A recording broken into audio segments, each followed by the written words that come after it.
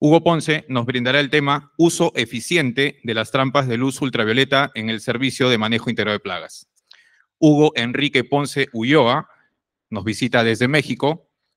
Es profesor, biólogo, maestro en ciencias, máster en gestión de riesgos, con diplomados en marketing y dirección en divulgación de la ciencia. Actualmente es consultor independiente en manejo integrado de plagas y sistemas de riesgo. Tiene más de 3 décadas de experiencia en el rubro y vamos a darle una cordial bienvenida a Hugo con un fuerte aplauso para inaugurar las ponencias de Perú Plagas. Hugo, bienvenido.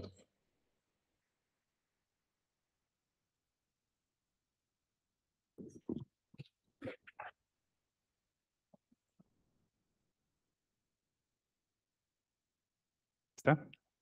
Perfecto. De hecho, con este. Muchas gracias. Pues muchas gracias a todos ustedes. Es un gusto estar aquí nuevamente. Ya empieza a hacerse costumbre, lo cual me da mucho gusto precisamente. Y bueno, vamos a dar inicio a esta breve charla, que es en realidad una continuación de lo que hemos hablado en otras sesiones. De verdad me da muchísimo gusto nuevamente estar aquí en esta tierra, con todos ustedes, con viejos amigos. Y bueno, déjenme ver en el momento que... no pasa. Si no,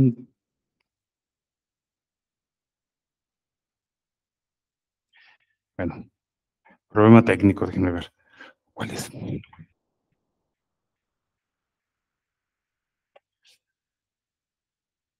¿No? Ya saben, problemas técnicos.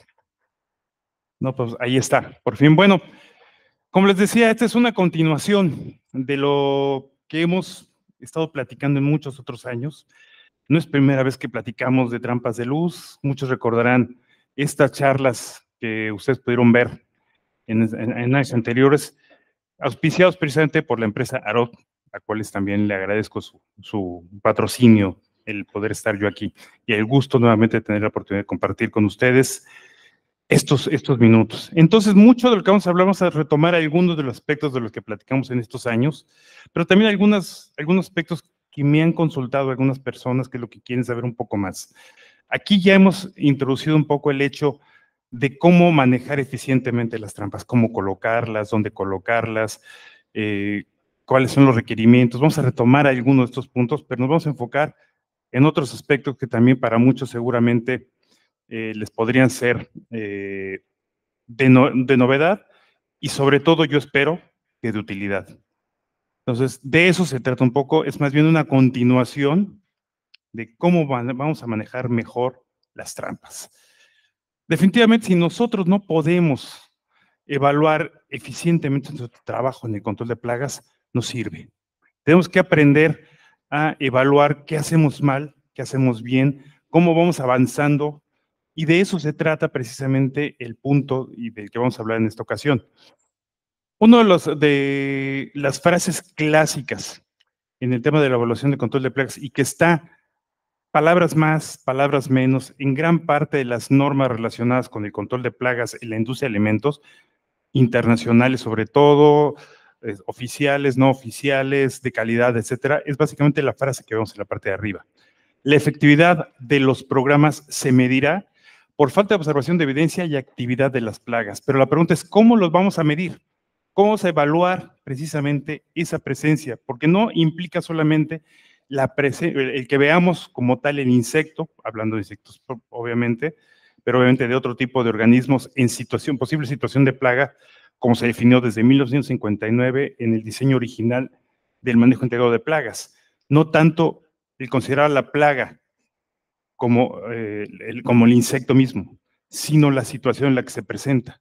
Por lo tanto, tenemos que aprender a evaluar justamente esta misma situación para saber si nuestro trabajo está bien hecho y cumpliendo los objetivos a satisfacción de nuestro cliente. Entonces, aquí los invito a que, para detallar un poquito sobre esta visión de cómo abordar el manejo de plagas, no vamos a entrar en detalle hoy en este punto, pero normalmente me gusta hablar de 3 triadas Una de ellas, ustedes la conocen muy bien, que es la famosa de el alimento, el agua y el refugio, en el caso de las plagas. Pero esa sería la primera tríada en la cual nos indica cuáles son los requerimientos básicos de una plaga. Pero después viene la tríada del establecimiento, que es la del acceso como tal, la sobrevivencia y la dispersión, que obviamente está relacionada a la parte de la reproducción. Hay quien pone la parte del acceso como parte de la primera triada. En mi opinión, si ustedes me lo permiten decir así, no es lógica, porque estamos mezclando las necesidades básicas con una acción ya del organismo. Entonces yo prefiero manejarlo como una segunda triada. Y la tercera triada también es aquella que se maneja ya la evaluación de riesgos. El manejo integral de plagas no es otra cosa más que evaluación de riesgos aplicado al control de plagas. Así es el manejo integral de plagas tal cual. Entonces, si quieren checar un poco más a detalle, los invito a consultar la revista recién aparecida de Latam Plagas. Ahí profundizamos un poco más en este tema, pero que es importante considerarlo. Porque lo que vamos a hacer es justamente evaluar riesgos, considerar la evaluación de riesgos como tal. Entonces, las trampas de luz son una excelente herramienta, especialmente para insectos voladores, para monitorear población. Muchas veces también se llega a hablar, y eso lo hemos mencionado en otras charlas anteriores, de que el uso de las trampas es para bajar población o para regular población. En realidad no es así. Como vamos a ver, en realidad su uso es de otro tipo, es básicamente monitoreo.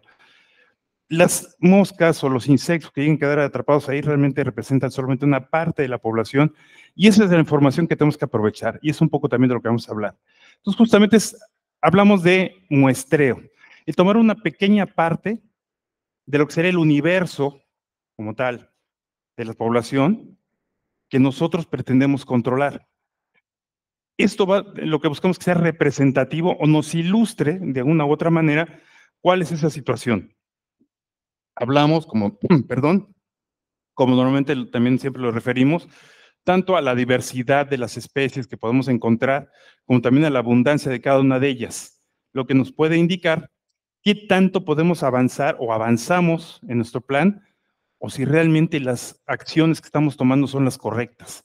Dicho de otra manera, es como tomar una rebanada de un pastel, que nos puede ilustrar más o menos qué tan bueno está, por ejemplo, cuál es el contenido, si tiene en su interior algún otro ingrediente. Solamente tomando una porción pequeña, no tenemos que comer todo el pastel. Eso es tomar una muestra para conocer realmente cuál es la idea general. Obviamente no me va a representar el total, pero lo que sí va a decirme es una visión bastante cercana a esa realidad de cómo está ese pastel.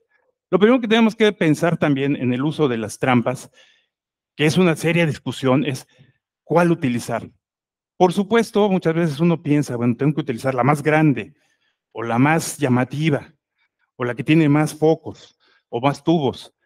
En realidad, la decisión va a depender, como también lo vamos a ver, en el objetivo que busquemos y la toma de muestra que necesitemos. Y veremos algunas recomendaciones que también vimos en las charlas de los años pasados. Y una de ellas es, si vamos a elegir, sobre todo para un área determinada, un modelo determinado, ese mismo modelo tenemos que ponerlo en todos, absolutamente todos los puntos por igual. No voy a poner una de 4 lámparas, de 4 tubos una, o una de 2 lámparas en otro lado. Si voy a elegir, todas deben ser del mismo modelo, si es que realmente quiero que mi muestreo sea representativo. Si no, estamos comparando, como decimos normalmente, peras con manzanas, que es lo que decimos, y lo vamos a mencionar. Esto también ya lo vimos en una de las charlas, solamente voy a mencionar algunos de los aspectos importantes y que suelen crear cierta confusión. Cuando nos preguntan, ¿no es que cada cuántos metros hay que colocarlas? ¿Cuántas hay que colocar? En realidad, también, aunque no lo crean, la dimensión del área en la que queremos monitorear no suele ser un factor directo del número de trampas que debemos poner. Lo que nosotros tenemos que hacer es colocarlas de acuerdo a los objetivos y de acuerdo a nuestra inspección y los puntos de riesgos que identificamos en cada una de estas zonas. Y podemos tener una gran sala y no sea suficiente, aunque no lo crean, a lo mejor 10 o 15 trampas.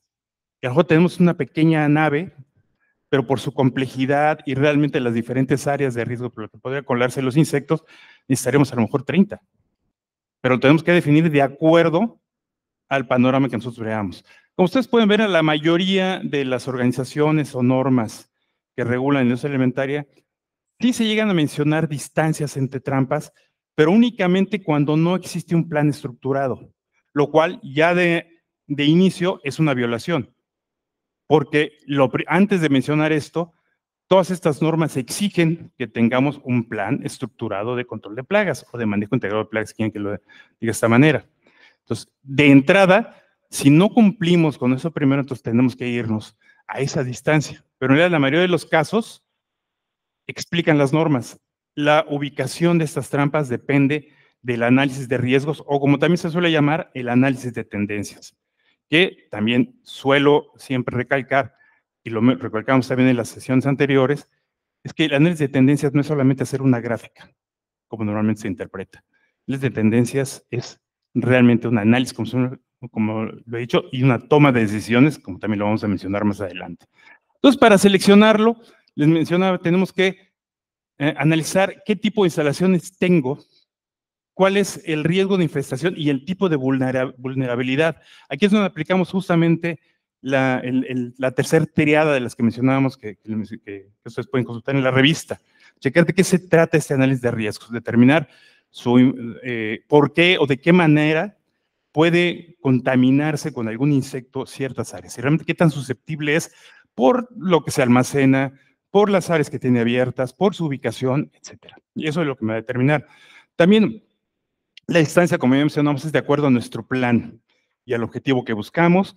La cobertura, como decíamos, no siempre un mayor área es mejor. Tenemos que determinar, haciendo la analogía con el pastel, de qué rebanada queremos el pastel, pero siempre debo tener una rebanada del mismo tamaño para cada una de mis muestras.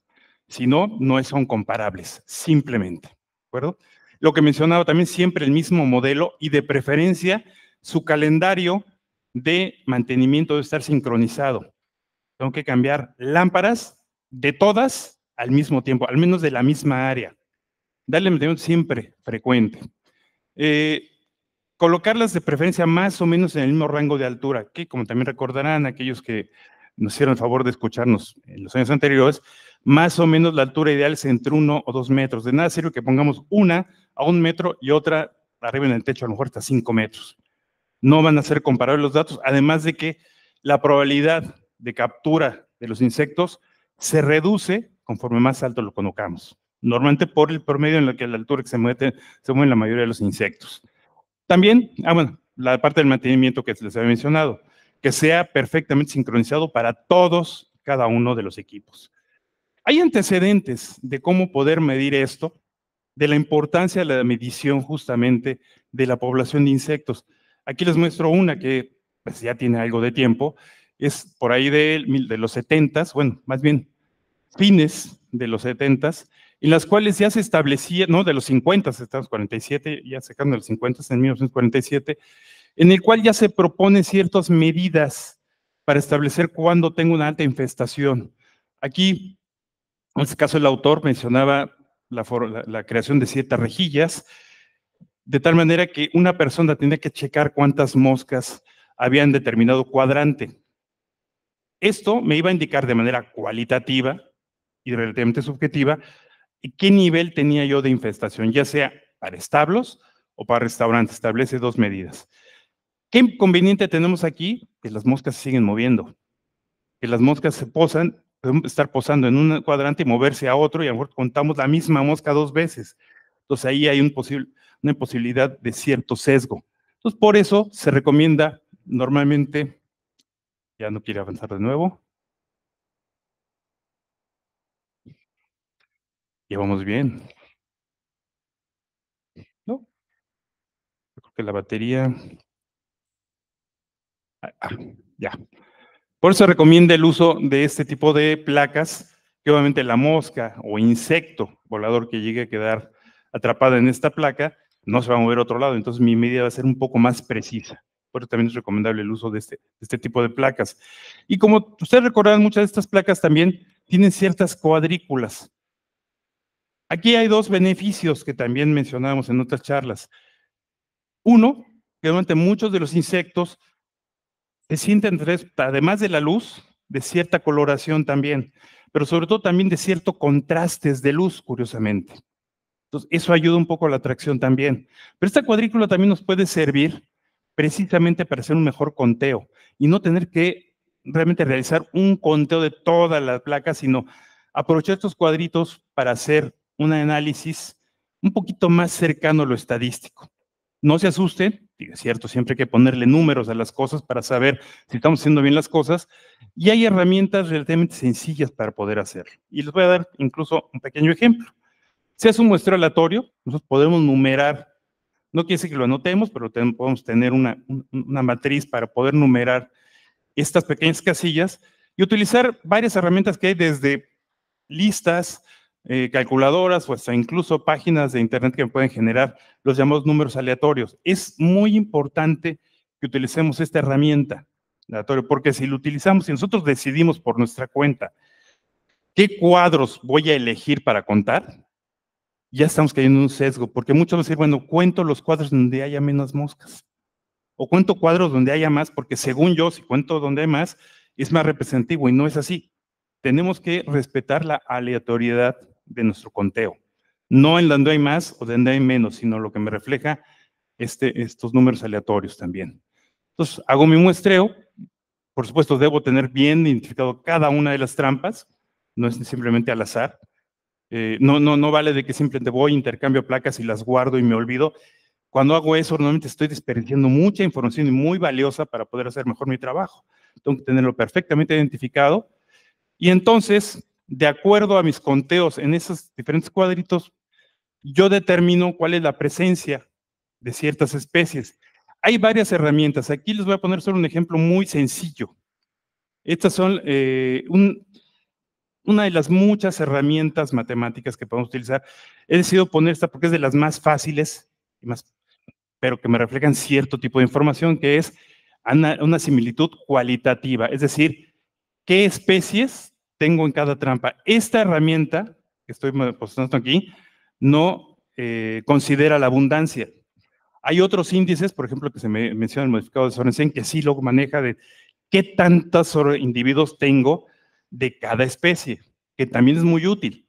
Entonces, en lugar de marcar con X, tengo que marcar números, cuántos hay de cada uno, que es muy útil, pero también me da una información distinta.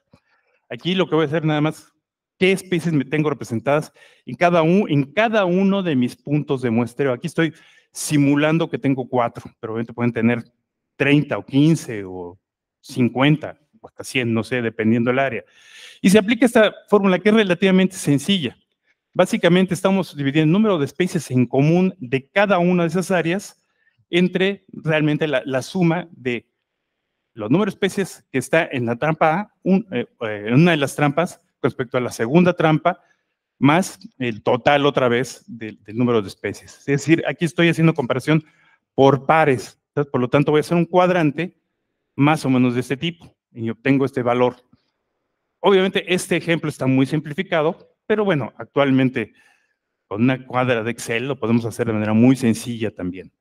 Entonces, obtengo estos valores, como verán, es distinto. Mientras mayor es el número, el valor, quiere decir que son zonas más parecidas, es decir, tengo mayor similitud con, digamos, las trampas B y C, y a su vez, el B y C tiene mayor similitud con A, y estas tres en conjunto con D. Ustedes dirán, no, ¿de qué me sirve? Porque, ¿para qué me puede servir? Ustedes pueden suponerlo fácilmente, porque de esa manera yo puedo determinar qué acciones similares puedo tomar en esas áreas. Yo tengo que hacer, ahí es donde viene la parte del análisis, no nada más representarlo. En el análisis yo digo, ok, tengo estas dos áreas en común, ahora a mí me toca encontrar cuáles son esos factores que tienen A y B, o A y C, o en este caso B y C, digamos que son temas en común, para que estén estas plagas.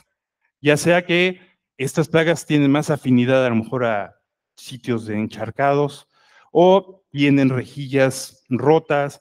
Entonces, de eso se trata, empezar a buscar con esos factores en común para corregirlos de manera común. Y eso, si se fijan, también me facilita mucho el trabajo en lugar de estar buscando un poco al azar cuál es la razón por la cual esos organismos están ahí. Porque, nuevamente, es importante saber las especies, porque cada especie se comporta de distinta manera y tiene requerimientos distintos. Recuerden el método de las tres triadas. Aquí estamos hablando de la triada 1 y la triada 2. La triada 1, las necesidades básicas, y la triada 2, la triada del establecimiento, cómo se establecen, cómo entran, cómo sobreviven y cómo se dispersan. Insisto, para más detalle, chequen ustedes la revista y está más en detalle. Otra vez.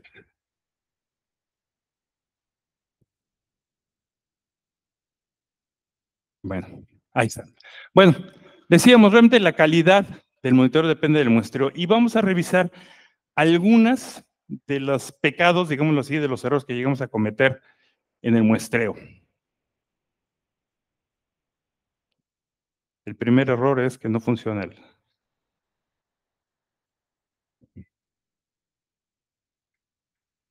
Ahí está.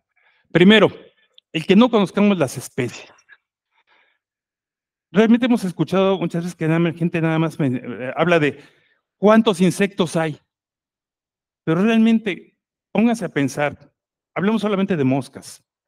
La gran cantidad de especies que hay y las diferentes necesidades que deben cumplir cada una de ellas para sobrevivir.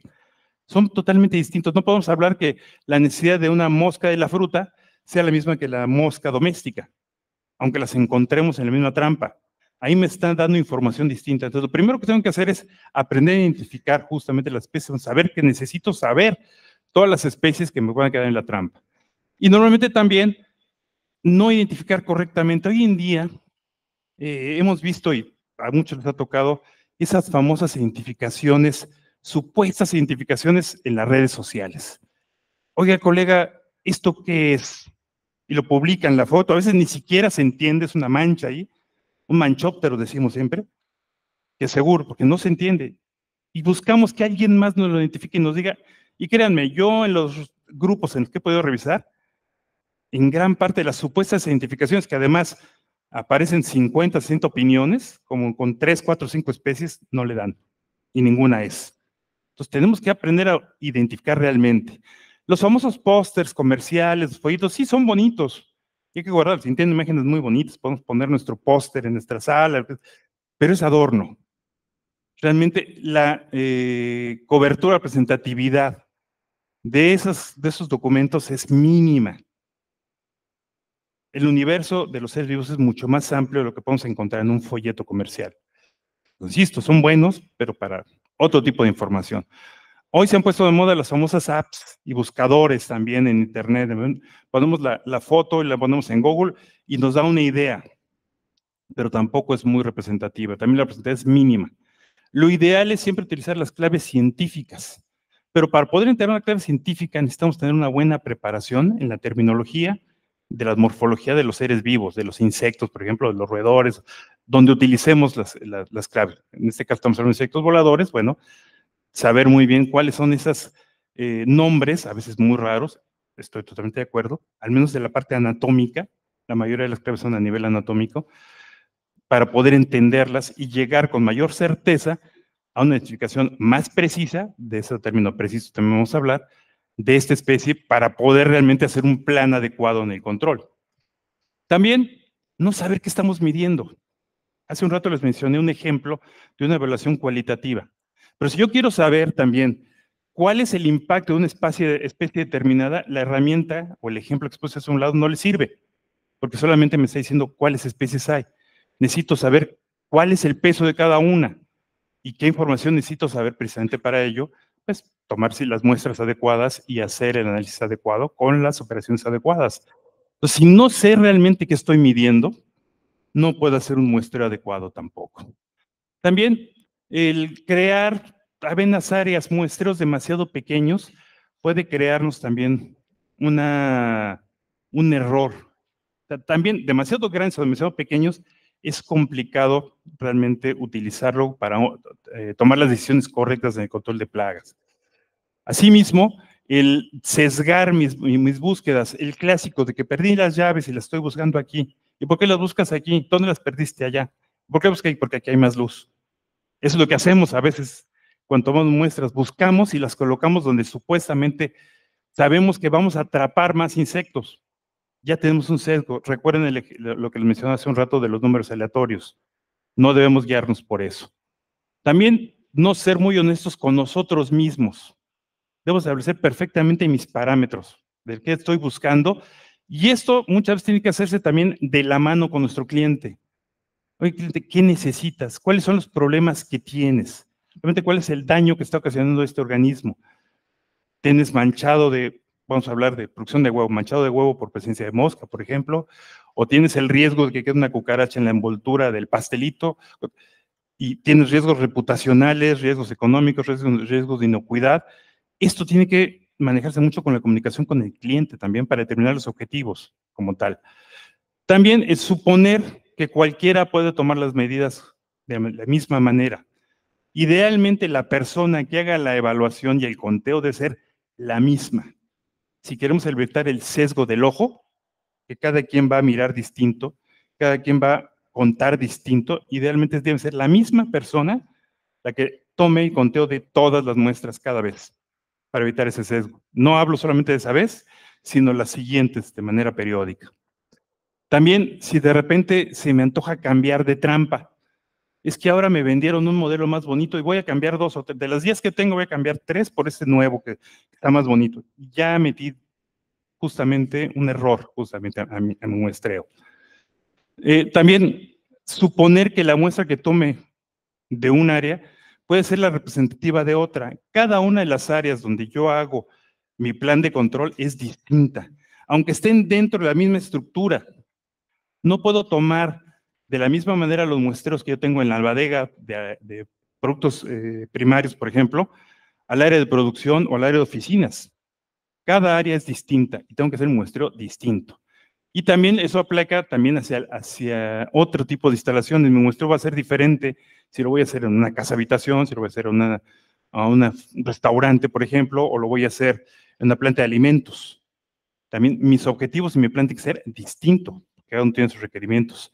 Luego también el suponer que con solo la muestra o la cantidad de cierto tipo de organismos en una trampa, lo puedo generalizar a todo. Si no, no tendría sentido colocar las trampas en los puntos de riesgo, sino bastaría poner solamente una.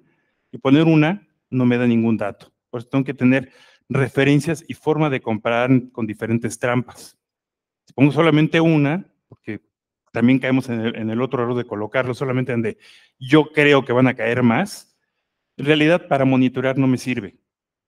A lo mejor me va a servir para impresionar al cliente y mostrarle una trampa llena de insectos, pero realmente no me sirve realmente para hacer un monitoreo. También ser a lo mejor demasiado ambicioso y poner muchísimas trampas, eso también es algo de lo más común. Es que mientras más trampas ponga, más voy a hacer el control. Y no, recuerden que lo que estamos haciendo es tomar una muestra. Realmente las trampas de luz no son, a pesar de que muchas veces, y lo voy a decir, comercialmente se les dice, no son para bajar población. No, es solamente una herramienta más dentro del manejo integrado de plagas. Muy útil, extremadamente útil, sí, pero no para dejarle todo el trabajo. Su trabajo en las trampas de luz es el monitoreo, esencialmente. Y aquí, ahora no quiso. Nuevamente nos detenemos. Aquí está. Luego, el no entender los supuestos. ¿Qué me tiene que decir o qué me va a decir cada uno de mis análisis? Les puse el ejemplo justamente de este análisis de similitud. Obviamente no puedo interpretar el peso, digámoslo así, o la influencia de una especie determinada. Aquí solamente esta herramienta que les mostré, solamente me va a decir la distribución de similitud de la presencia de cada especie, pero no el peso, ni la influencia de cada uno. Tendré que aplicar otra distinta. Entonces, cada herramienta que yo utilice, cada operación, cada análisis, cada gráfica, me va a dar información distinta, pero tengo que entender realmente qué interpretación, qué es información es la que me está dando. Porque lo que yo pueda sacar adicional a eso, en realidad son elucubraciones que solamente me van a engañar. Tengo que entenderlo muy bien. Luego también entender que la exactitud y la precisión son cosas diferentes. A veces se interpretan como la misma cosa, pero no son sinónimos. Y esto tiene también tiene que ver con sus equipos, por ejemplo, aprovechando la diapositiva para comentarlo. Por un lado, la precisión está más determinada por un supuesto, hacia dónde quieren llegar realmente. Y esto será influenciado principalmente por qué tanto podemos hacer las repeticiones, cuántas repeticiones voy a hacer con mi aparato de medida, con mis trampas, por ejemplo. Y tanto se puede reproducir la reproducibilidad, que depende justamente del observador, que si queremos evitar sesgos, como mencionamos hace un rato, tiene que ser la misma persona. La exactitud, en cambio, ya va a quedar establecida como un patrón.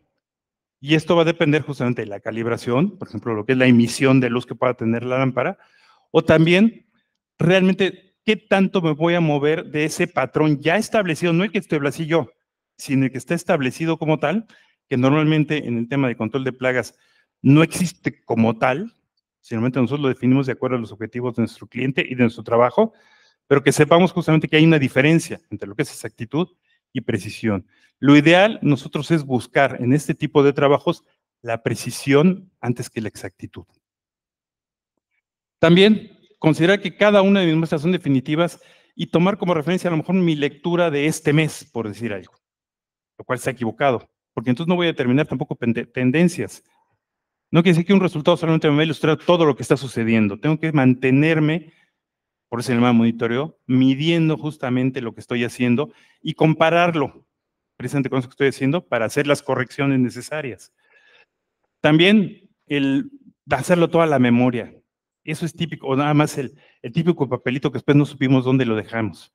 El saber dónde puedo almacenar mi información. Hoy en día hay muchas herramientas informáticas que me permiten hacer eso para mantener esta información, incluso que lo comuniquen o que lo pueda ver el cliente directamente. Incluso muchos se acordarán que el año pasado hablamos sobre eso. En esta charla de Industria Documentada, el año pasado aquí en Perú, hablamos de una charla sobre eso. Los invito a que chequen la grabación que está en YouTube, ya pude confirmarlo, para checar un poco estos detalles, pero sí, documentarlo absolutamente todo y tener la seguridad que lo tengo bien guardado en un lugar donde lo pueda consultar cada vez que lo necesite. De ser, en otras palabras, ser ordenados. Y obviamente de todo esto comunicarlo adecuadamente, pero también tengo que saber que cada una de las personas me va a pedir cosas distintas. No es lo mismo el director de una empresa que el encargado de sanidad. Nos va a pedir cosas diferentes. El CEO o el dueño de la empresa o el jefe quiere información práctica, concisa, al grano. ¿Qué hay? ¿Qué vas a hacer? Mientras que posiblemente el gerente de sanidad o de seguridad alimentaria me va a pedir detalles técnicos. Oye, pero ¿por qué sucede eso? ¿Y qué ocurre con esto? Tenemos que saber mi reporte, mi comunicación, a quién se lo voy a dirigir, o si lo voy a dirigir a las dos personas, que lo tengo incluso que expresar y redactar de manera distinta también.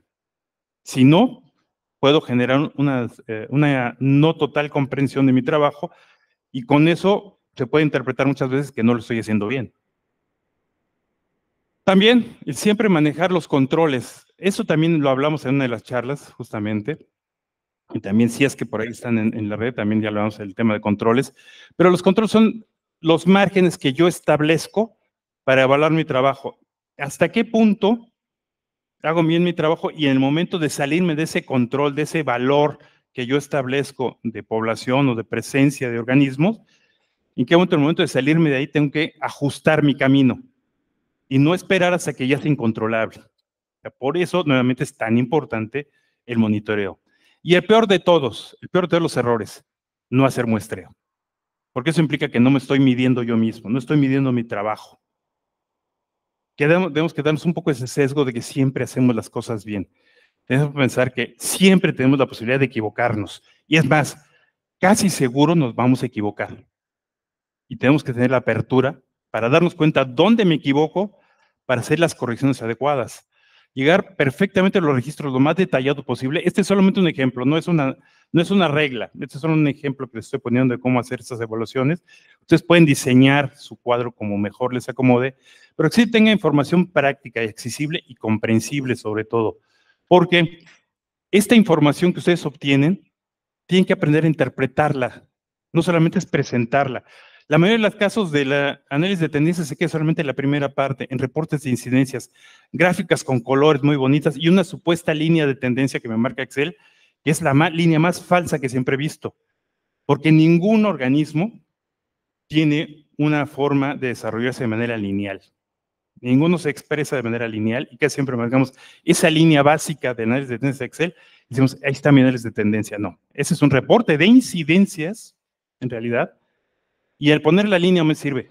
Tengo que analizarla, interpretarla, como dijimos hace un rato, de acuerdo a mis objetivos, al tipo de especie, cómo lo medí, la situación en la que está la planta, en qué temporada del año estoy, etcétera. Esa es la parte de la interpretación y hacer un reporte sencillo, tampoco una tesis o un libro, un volumen voluminoso para presentar a quien tenga que hacerlo, sino que sea muy claro, que sea comprensible, fácilmente comprensible. Porque de aquí vamos a tomar decisiones y las decisiones son la clave para un buen manejo integral de plagas. Si no tomo una correcta decisión, si no sé tomar decisiones, probablemente me guíe más por mi sentido, por mi víscera que le llamamos. Y justamente el hacer un buen monitoreo me va a permitir tomar las mejores decisiones y saber que cada decisión que tenemos tendrá una consecuencia. Eso justamente, amigos míos, es el análisis de tendencias. El análisis de tendencias es, ¿qué va a suceder con cada decisión que voy a tomar? Yo tengo que determinarlo con el conocimiento. Eso es el análisis de tendencias, no las gráficas. Lo tengo que saber expresar como tal. Y este es un resumen de cómo se engloba todo el trabajo en el control de plagas en este tipo de aspectos. Primero, la famosa inspección inicial, cuando llegamos somos los primeros, no tenemos la información previa o hace sí un poco de quien hizo el trabajo antes de nosotros, identificamos el contexto del problema, normas a cumplir por nuestro cliente, situación en la que está, ubicación geográfica, comportamiento de la gente que trabaja en la empresa, qué tipo de producto manejan, cuáles son sus proveedores, etcétera. Saber cuál es todo ese contexto que me va a dar la susceptibilidad a determinado tipo de plaga. Esa es mi información base, con lo cual mi decisión, esa es mi evidencia. Y siempre tengo que hablar con evidencia, nunca con creencias. Entonces, ya con toda esa documentación perfectamente confirmada, desarrollo mi plan de manejo integrado de plagas. Y entonces sí, esto lo tengo que estar monitoreando constantemente y midiendo con mis controles de los que hablé hace un rato. ¿Qué tanto me salgo de esto que pretende obtener? Mis aciertos, no me quedo ahí, sino busco las acciones para mejorarlos. Mis errores, aplico las acciones correctivas, pero esto no lo puedo saber si no mido correctamente. Y eso normalmente es lo que me checan los auditores, por ejemplo, aquellas personas que tanto miedo nos da y que algunas personas expresan a su odio hacia los auditores, pero ellos están haciendo su trabajo. Y si los vemos son realmente más nuestros amigos porque nos ayudan también a identificar dónde nos equivocamos y qué tenemos que corregir. Ese es su trabajo. Eso es finalidad. No, su trabajo no es decirnos cómo hacer control de plagas. Su trabajo es, ¿sabes qué? Esto que dijiste que ibas a hacer no lo hiciste como tú dijiste que lo ibas a hacer. Corrígelo. Básicamente es eso.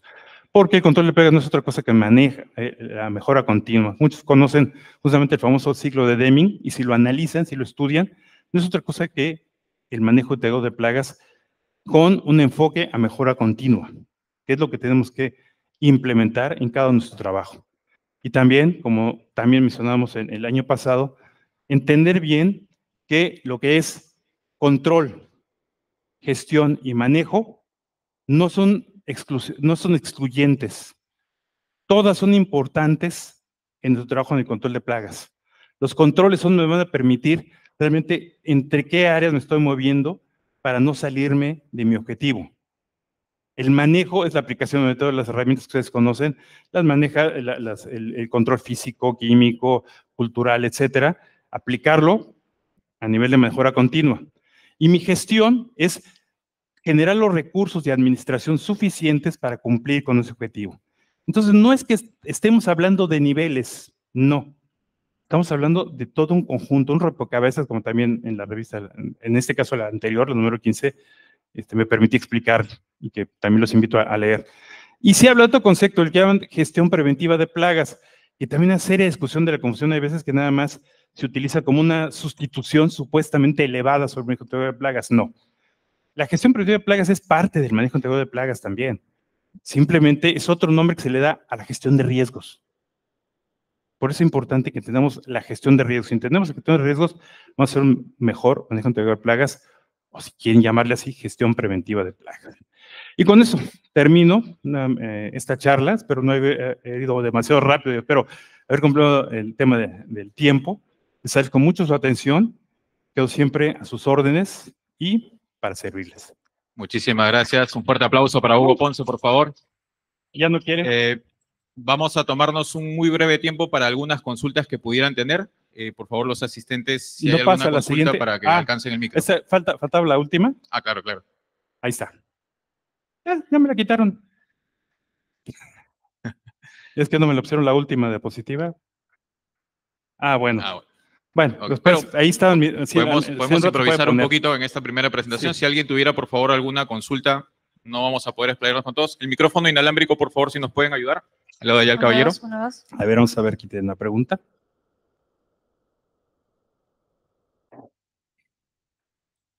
Hola. ¿Qué tal? Un saludo, Hugo, y felicitaciones por la ponencia. Gracias. José de Ecuador te hace la pregunta. ¿Cuál es tu opinión con respecto a ubicar estas trampas en el área externa? Bueno, eso es uno de los temas que hablamos en las charlas anteriores, pero lo menciono. Recordemos que cuando coloquemos trampas de luz, si realmente queremos que funcionen, no deben competir con otras fuentes de luz. Y al colocarlas en áreas externas, si estamos compitiendo con la luz externa, puede sernos útil solamente si vamos a monitorear insectos nocturnos, pero siempre y cuando no compitan con luces también del exterior. Porque para insectos diurnos no me va a servir. Tiene que ver un poquito lo que mencionamos hace un rato. Tengo que tener muy claro cuáles son los alcances y mis limitaciones de mis puntos de monitoreo. Es un poco complicado porque naturalmente el alcance o el tipo de muestreo será menor en áreas externas. Se puede usar, sí se puede usar, pero tener bien claro que normalmente insectos diurnos quizá no sea suficientemente significativo. Sobre todo por la competencia que tendrán con otras fuentes de luz.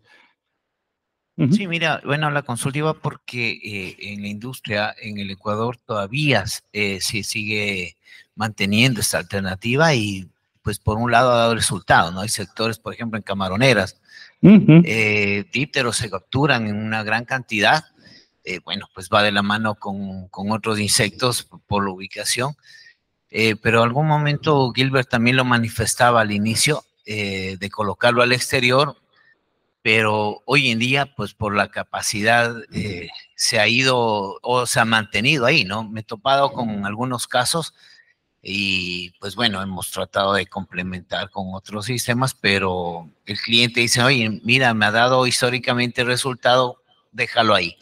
Mira, lo que yo te puedo decir es que hay mejores métodos de muestrear. También, si no me equivoco, en la charla de 2020, si no me equivoco, hablamos de todo tipo de trampeo que hay.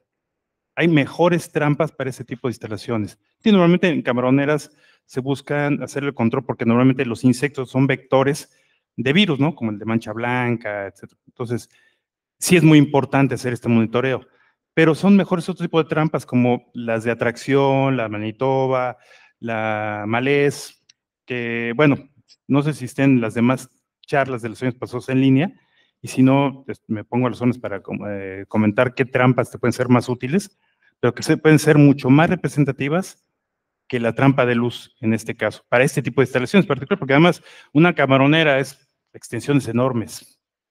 Entonces, ¿qué tanto me puede representar un muestreo de ese tipo? De una trampa de luz. Muchas de estas cuestiones se hacen por hábito, la verdad. Muchas decisiones se hacen porque, bueno, si lo he hecho por tantos años, quiere decir que a lo mejor es bueno y no siempre es así. Y como nadie me ha dicho que está mal, yo asumo que es lo correcto. Y ese es un error en el que caemos frecuentemente en la cuestión de trampas o en muchas otras acciones en el control de plagas.